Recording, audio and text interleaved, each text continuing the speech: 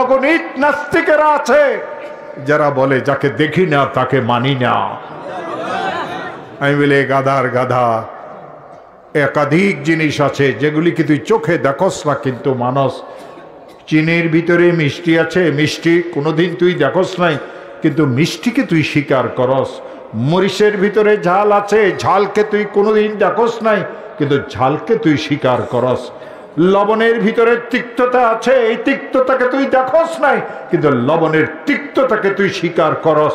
তেঁতুলের ভিতরে টক আছে, এই টককে তুই কোনোদিন দেখস নাই অথচ তুই টককে স্বীকার করস।